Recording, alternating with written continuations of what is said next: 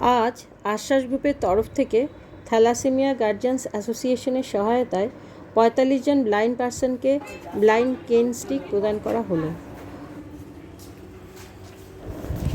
এদের মধ্যে অনেক ছেলেমেয়েকেই দেখলাম, এরা সব রবীন্দ্রভারতী স্টুডেন্ট। কেউ হিস্ট্রিতে অনার্স পড়ে, কেউ বা ইংলিশে, কেউ বা মাস্টার্স করছে। অর্থাভাবে এদের একমাত্র সহায় সম্বল স্টিক কেনা সম্ভব হয়ে ওঠে না। খুব অসুবিধা করে এরা চলাচল করে। আজ স্টিক পেয়ে অনেকেই খুশি। আর এই যে ইলিয়াসকে দেখছেন, সে নিজেও আংশিক ব্লাইন্ড। তাকেও অসংখ্য ধন্যবাদ জানাই এমন একটা কাজের সুযোগ করে দেবার জন্য। মাত্র ২৬ বছর বয়স, মাস্টার্স করছে, তার মধ্যে এই ব্লাইন্ডদের নিয়ে সে কাজ করে চলেছে।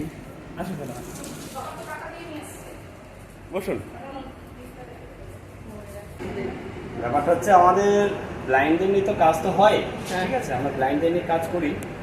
আর সঙ্গে মাঝে ওই থ্যালাসেমিয়া পেশেন্টদের নিয়েও, থ্যালাসেমিয়া পেশেন্টরাও ২০১৬ থেকে আমাদের আইনে পড়ে।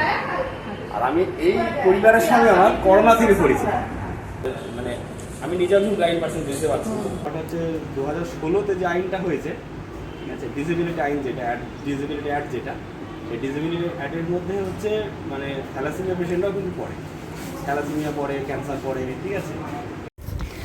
চলুন ব্লাইন্ড কেন স্টিক প্রদানের কিছুটা অংশ দেখে নেওয়া যাক।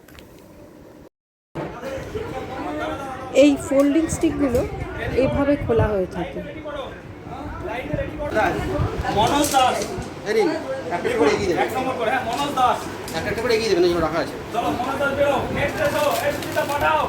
না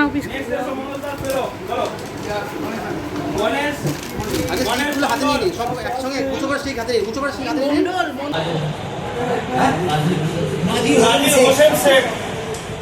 এত বড় নাম নেই, টাইটেল দিয়ে রাখেন।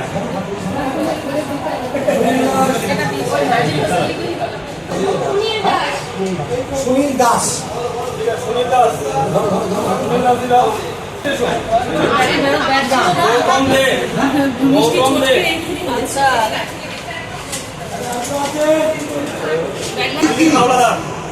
ধাওলাদার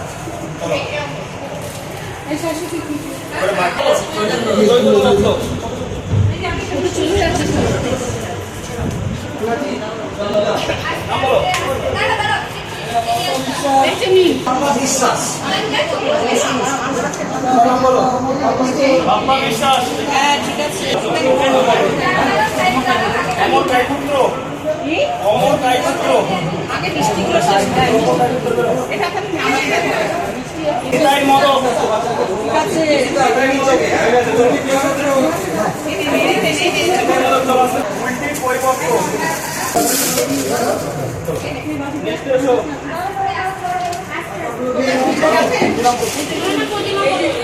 প্রতিমা কর্মকার, ঠিক আছে। ওই তো আমাকে দিয়ে চলতে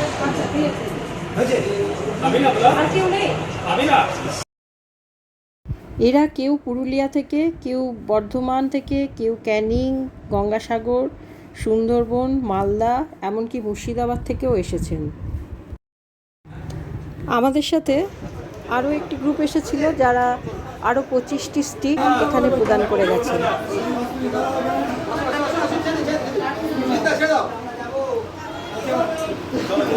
এনাদের সব লাঠি দেওয়া হয়েছে আমাদের অর্গানাইজেশন থেকে। আসুন আমরা সবাই এদের পাশে দাঁড়াই। সবাই ভালো থাক এই কামনা করি।